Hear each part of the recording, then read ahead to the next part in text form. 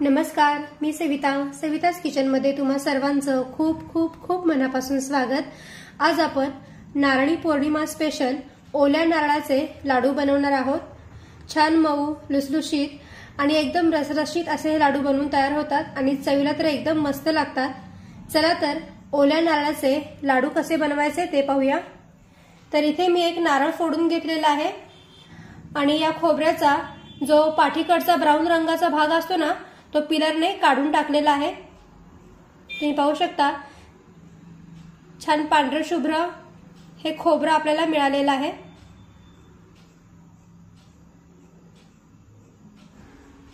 पण खोबऱ्याचा पाठीकडचा ब्राऊन रंगाचा भाग नाही काढला तरी चालेल, हे पूर्णपणे ऑप्शनल आहे।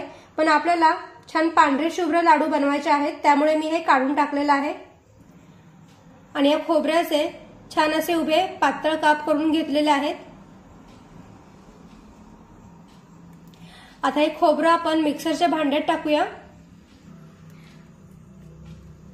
तर आता मिक्सरचं भांडं घेऊया आणि त्यामध्ये हे खोबऱ्याचे काप टाकूया आणि यामध्ये पाणी न टाकता हे खोबरं आपण छानपैकी मिक्सरमध्ये बारीक करून घेऊया।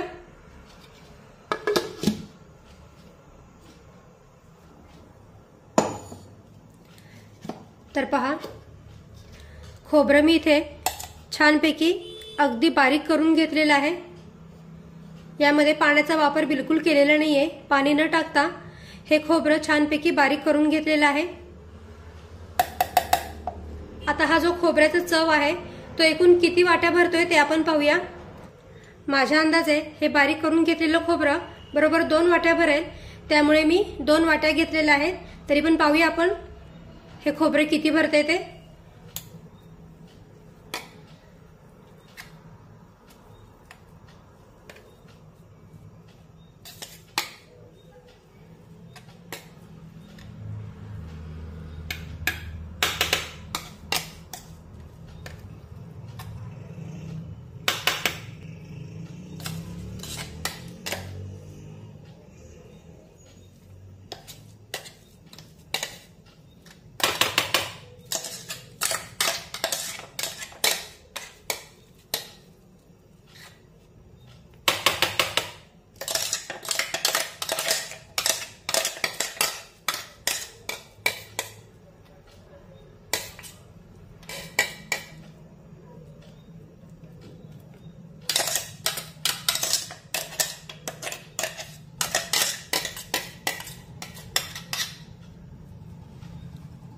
तर पहा, बरोबर 2 वाट्या हे खोबरं भरलेलं आहे आणि दोन्ही वाट्या एक समान आहेत। आता जर का 2 वाट्या खोबरं भरलेलं आहे तर सारख्याच वाटीच्या मापाने आपण 1 वाटी साखर घेऊया। तर साहित्याचं प्रमाण हे आपल्याला एकाच वाटीने किंवा एकसारख्याच मापाच्या वाटीने मोजून घ्यायचं आहे। तर 2 वाट्या खोबऱ्याचं चव आणि 1 वाटी साखर आणि सारख्याच मापाच्या वाटीने पाव वाटी दुधावरची साय। पण जर का दुधावरची साय तुमच्याकडे नसेल तर पाव वाटी दूध घेतलं तरीही चालेल। पण दुधावरच्या साईमुळे काय होतं की लाडू पण छान मऊसूत बनून तयार होतात आणि चवीला पण एकदम मस्त लागतात। त्यानंतर घेऊया 1 चमचाभर तूप, 1 चमचा वेलदोडे पूड आणि थोडेसे मनुके घेऊया। हे पूर्णपणे ऑप्शनल आहे, नाही घेतलं तरी चालेल। चला तर आता लाडू बनवण्यासाठी साहित्य आपण तयार करून घेतलेलं आहे। आता लगेचच आपण लाडू बनवायला सुरुवात करूया। तर गॅसवर मी कढई गरम करायला ठेवलेली आहे। आता या कढईमध्ये 1 चमचाभर तूप टाकूया। आता तूप हलकसं गरम झालं की त्यामध्ये हा 2 वाट्या खोबऱ्याचा चव टाकूया। तर ही 1 वाटी आणि ही दुसरी वाटी। आता गॅसची फ्लेम अगदी मंदच ठेवूया आणि मंद आचेवर हे खोबरं 2 मिनिटे परतून घेऊया, म्हणजे मग त्यातला जो थोडासा ओलसरपणा आहे ना तो ओलसरपणा कमी होईल। तर पहा 2 मिनिटे हे खोबरं मी छानपैकी परतून घेतलेलं आहे याचा रंग बिलकुल बदलू दिला नाहीये। 1 वाटी साखर टाकूया, मिक्स करून घेऊया।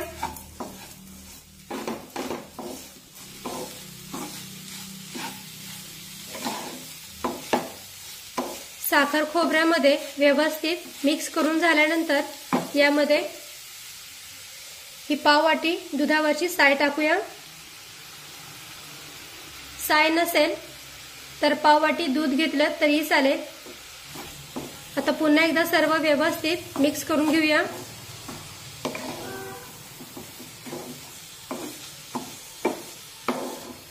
तर पहा, जसजशी साखर गरम होऊन विरघळत जाते तसतसं हे मिश्रण जे आहे ते पातळ होत चाललेलं आहे, सैलसर होत चाललेलं आहे। त्यामुळे आपल्याला हे मिश्रण जे आहे ते अगदी मंद आचेवरच परतत राहायचं आहे, खालून बिलकुल करपू द्यायचं नाही, एकसारखं याला परतत राहायचं। तर पहा, बरोबर 3 ते 4 मिनिटे झालेली आहे, पण हे मिश्रण अजून पण सैलसरच आहे, तुम्ही पाहू शकता। आणखीन याला थोडा वेळ आपण परतून घेऊया, जोपर्यंत हे मिश्रण पॅन सोडून याचा गोळा बनून तयार होत नाही तोपर्यंत।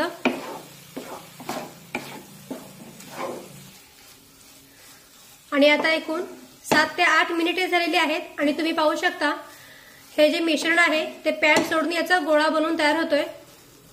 मिश्रण थोडंसं हातामध्ये घेऊन पाहूया।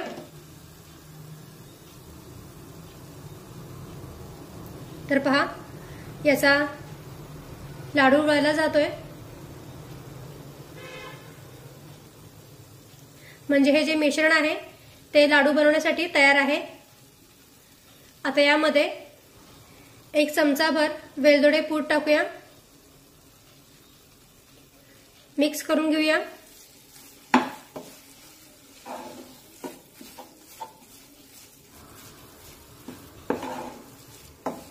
पहा, मिश्रणाचा छानपैकी गोळा बनवून तयार झालेला आहे। यामध्ये पाण्याचं प्रमाण बिलकुल नाहीये, म्हणजे हे जे मिश्रण आहे ते लाडू बनवण्यासाठी एकदम परफेक्ट बनवून तयार झालंय। आता गॅस बंद करूया आणि हे मिश्रण एका प्लेटीमध्ये काढून पूर्णपणे थंड करून घेऊया।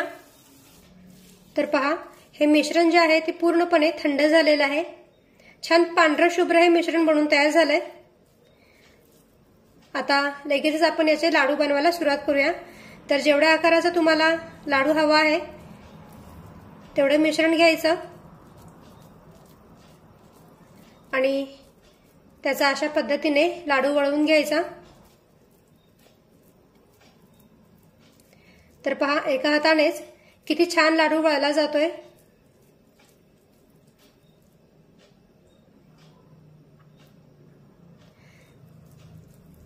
छान रसरशीत दिसतोय, पाहू शकता तुम्ही, मस्त। आता यावर एक मनुका चिटकून घेऊया आणि पुन्हा एकदा याला हातामध्ये छानपैकी वळवून घेऊया।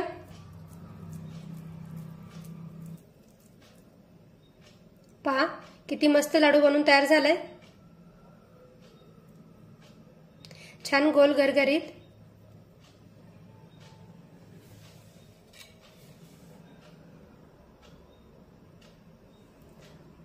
आता आणखीन एक लाडू बनवून दाखवते।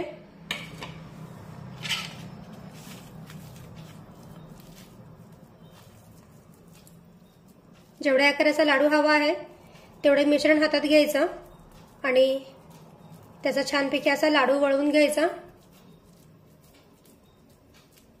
2 हातांची बिलकुल गरज लागत नाही लाडू वळवताना, एका हातानेच लाडू अगदी सहज वळला जातोय। हातावर या लाडूला असा गोल फिरून घ्यायचा, म्हणजे मग या लाडूला छान गोल आकार येईल। पहा, किती मस्त लाडू बनवून तयार झालाय। याला सुद्धा एक मनुका चिटकून घेते। हे पूर्णपणे ऑप्शनल आहे, मनुके नाही वापरलात किंवा कुठलेही ड्रायफ्रुट्स नाही वापरले तरी चालेल, पण लाडू दिसायला आणखीन सुंदर दिसतात ना, त्यामुळे इथे मी मनुके वापरलेले आहेत। तुम्ही मनुक्यांच्या ऐवजी काजू किंवा मग बदाम वापरलेत तरीही चालेल। पहा, हा लाडू सुद्धा आपला किती मस्त बनून तयार झालाय, छान गोल गरगरीत।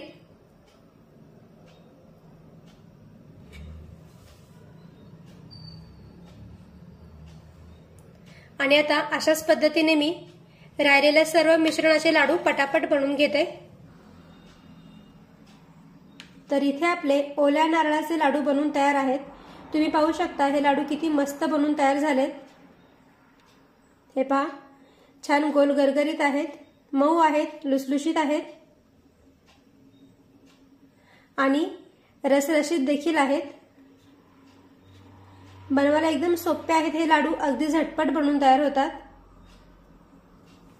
आणि दिसायला जेवढे सुंदर आहेत ना तेवढे चवीला पण खूप छान लागतात।